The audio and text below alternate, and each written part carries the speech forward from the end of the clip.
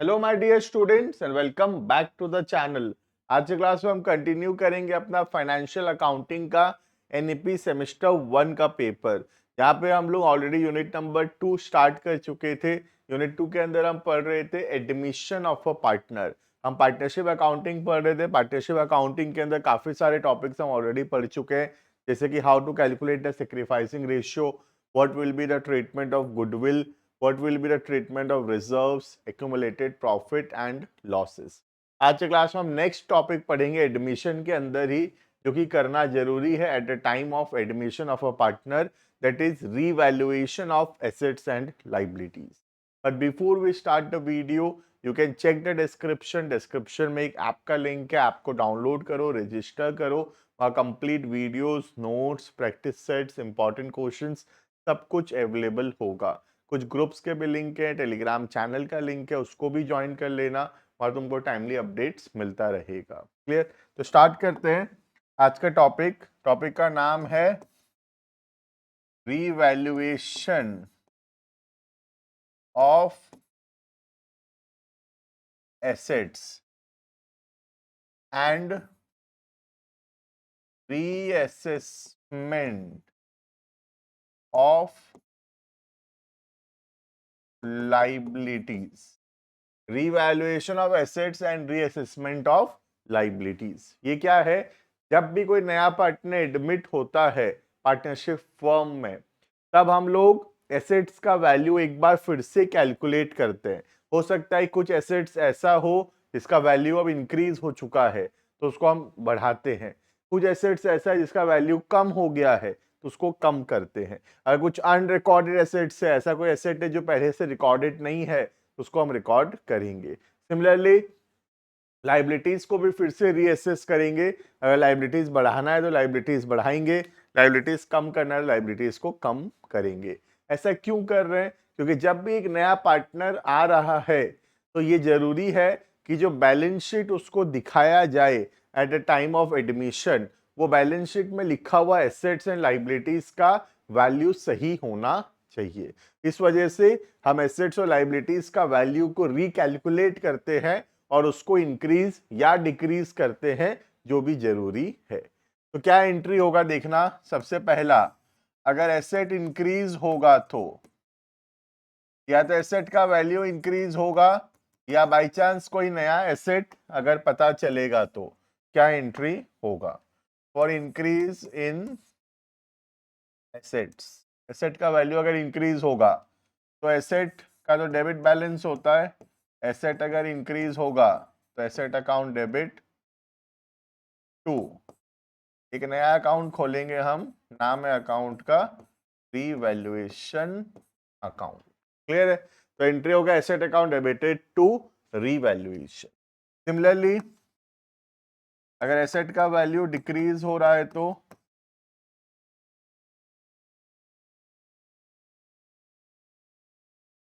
For decrease in assets, entry asset कम हुआ तो इस बार एसेट क्या होगा? इस बार एसेट क्रेडिट होगा, राइट? तो एंट्री होगा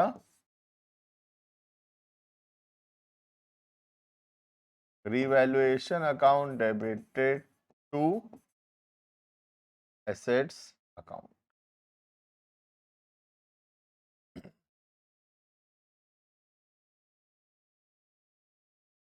revaluation account debited to asset account. Clear? Similarly अगर लाइबिलिटी का वैल्यू बढ़ेगा, अगर लाइबिलिटी का वैल्यू बढ़ेगा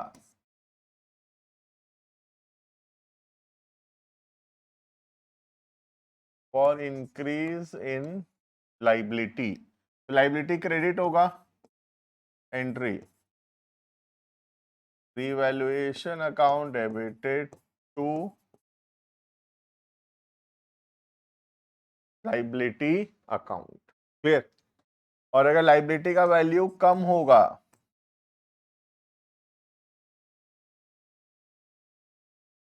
फॉर डिक्रीज इन लाइबिलिटी, अगर लाइबिलिटी का वैल्यू कम हो रहा होगा तो लाइबिलिटी फिर क्रेडिट हो जाएगा,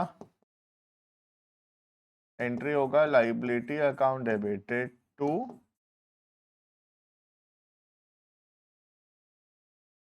revaluation. Clear? Liability account debited to revaluation. अब ये सब कुछ करके या तो रिवैल्यूएशन में प्रॉफिट हो रहा होगा या फिर लॉस। प्रॉफिट किससे हो रहा है? या तो एसेट का वैल्यू अगर बढ़ेगा तो प्रॉफिट है, या लायबिलिटी का वैल्यू कम होगा तो प्रॉफिट है। और अगर एसेट का वैल्यू कम होगा तो नुकसान है, या लायबिलिटी का वैल्यू अगर बढ़ेगा तो भी नुकसान होगा। ठीक है, तो हम क्लोज करेंगे रिवैल्यूएशन अकाउंट को। ये सब एंट्री को हम पोस्ट करेंगे in account called as revaluation account. ठीक है, और फिर उस अकाउंट को क्लोज करेंगे। For closing revaluation account. ठीक है, अगर प्रॉफिट हुआ तो एंट्री क्या होगा? प्रॉफिट किसके बीच में डिवाइड होगा? पार्टनर्स के बीच में। तो एंट्री होगा revaluation account debited to partners capital और current account in the old ratio. कौन सा रेशियो? Old ratio. ठीक है, और अगर लॉस होगा, रिवैल्यूएशन में अगर लॉस हुआ तो पार्टनर्स कैपिटल में डेबिट होगा। ठीक है, तो एंट्री होगा पार्टनर्स कैपिटल या करेंट अकाउंट डेबिटेड टू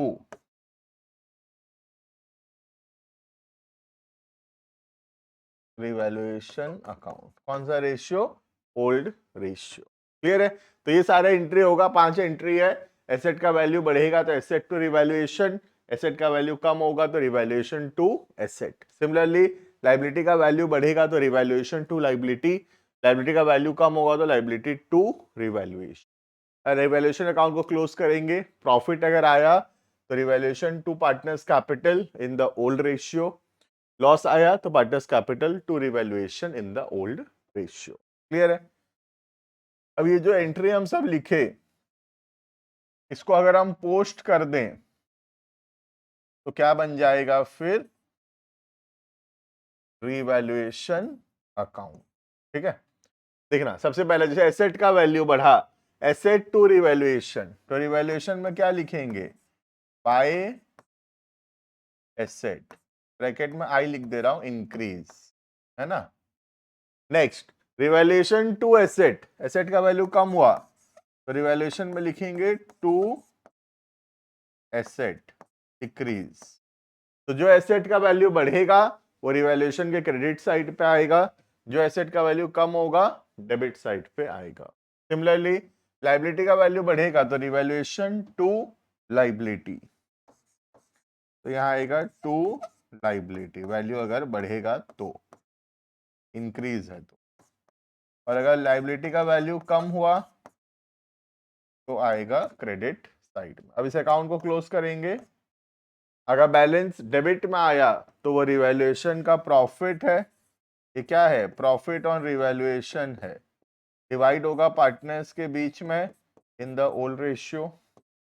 अगर इधर बैलेंस आया तो वो लॉस ऑन रिवैल्यूएशन है, ये भी पार्टनर्स के बीच में डिवाइड होगा ओल्ड रेशियो। क्लियर है?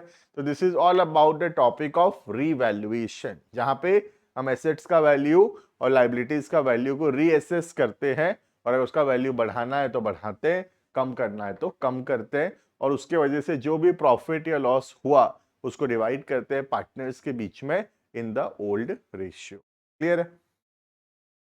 देखना एक क्वेश्चन देखते हैं इसमें। पास journal entries in firms journal for the following transactions. पहला अनरिकॉर्डेड इन्वेस्टमेंट, इन्वेस्टमेंट क्या एसेट है? तो इन्वेस्टमेंट रिकॉर्ड नहीं हुआ है बोल रहा है, तो रिकॉर्ड करेंगे तो इन्वेस्टमेंट का वैल्यू बढ़ेगा, तो एंट्री क्या होगा? Investment to revaluation. कितना का? 50,000। Right, investment to revaluation 50,000। Clear? Second unrecorded liabilities, suppliers नाम का अनरिकॉर्डेड लाइबिलिटी है, तो लाइबिलिटी बढ़ेगा, सप्लायर नाम का लाइबिलिटी बढ़ेगा तो लाइबिलिटी क्रेडिट, लाइबिलिटी बढ़ेगा तो लाइबिलिटी क्रेडिट, रिवैल्यूएशन डेबिट, तो एंट्री होगा revaluation to suppliers. Next, creditor of 6000 not payable, creditor का पैसा नहीं देना पड़ेगा, तो क्रेडिटर नाम का लाइबिलिटी कम हो रहा है, और अगर लाइबिलिटी कम होगा तो liability debit to revaluation. Clear है? तो इजी है काफी, या तो एसेट बढ़ेगा या कम होगा, लाइबिलिटी या तो बढ़ेगा या फिर कम होगा। क्लियर? सिमिलरली और क्वेश्चंस देखते हैं, देखना। पहला, value of furniture to be increase by 10,000, furniture का वैल्यू बढ़ाएंगे 10,000 से, ठीक है, तो क्या एंट्री होगा? फर्नीचर का वैल्यू बढ़ाएंगे तो एंट्री क्या होगा? Furniture to revaluation 10,000 10,000, right.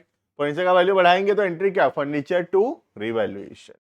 Next, second, value of furniture is to be increase to 40,000, ध्यान रखना 40,000 से नहीं बढ़ाना है, 40,000 तक लेकर जाना है। अभी वैल्यू कितना है? अभी वैल्यू 20,000 है, तो अभी फर्नीचर का वैल्यू 20,000 है, उसको 40,000 तक लेकर जाना है, तो कितना बढ़ाना पड़ेगा? सिर्फ 20,000 बढ़ाना पड़ेगा। तो सेकेंड एंट्री में फर्नीचर का वैल्यू 20,000 से बढ़ेगा। एंट्री फर्नीचर टू रिवैल्यूएशन, 40,000 से नहीं बढ़ेगा, ठीक है, 40,000 तक लेकर जाना है। वैल्यू कितना से बढ़ेगा? वैल्यू 20,000 से बढ़ेगा, ठीक है। नेक्स्ट, तीसरा, third, value of furniture is to brought up to 120%, 120% तक लाना है। अभी वैल्यू कितना है? 50,000, तो 50,000 अभी वैल्यू है, 120% पे लाना है, तो कितना करना है वैल्यू? 60,000 करना है वैल्यू, मतलब 10,000 बढ़ाना है ना, तो फर्नीचर का वैल्यू 10,000 बढ़ाएंगे,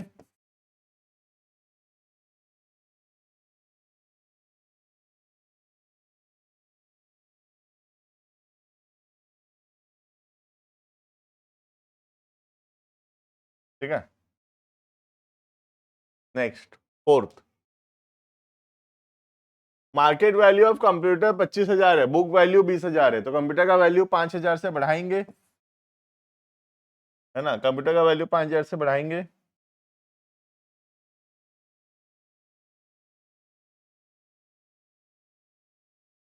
computer to revaluation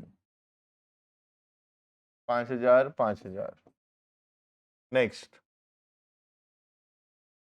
out of the amount of insurance premium which were debited to PL account, 5,000 is to carry forward to next year as prepaid, तो बोला जितना इंश्योरेंस इस साल दिए हैं उसमें से 5,000 आने वाले साल का प्रीपेड इंश्योरेंस है। तो प्रीपेड इंश्योरेंस क्या है हमारे लिए? एसेट है, तो प्रीपेड इंश्योरेंस नाम का एसेट बढ़ेगा, तो prepaid insurance account debited to revaluation,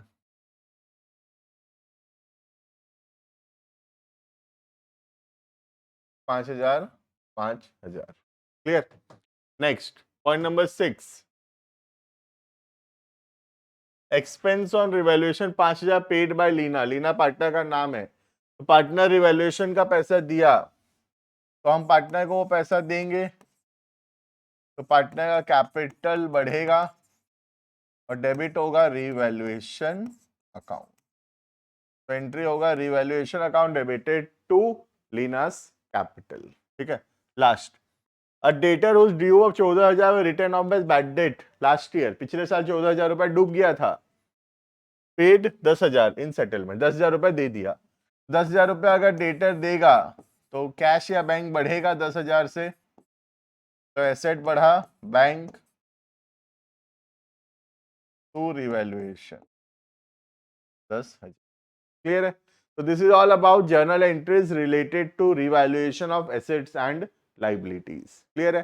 तो जब भी एक पार्टनर एडमिट होगा हम गुडविल का ट्रीटमेंट करेंगे, रिजर्व्स, प्रॉफिट एंड लॉसेस का ट्रीटमेंट करेंगे और revaluation of assets and liabilities करेंगे। क्लियर है?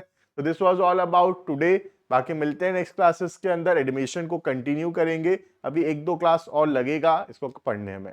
Thank you and bye bye.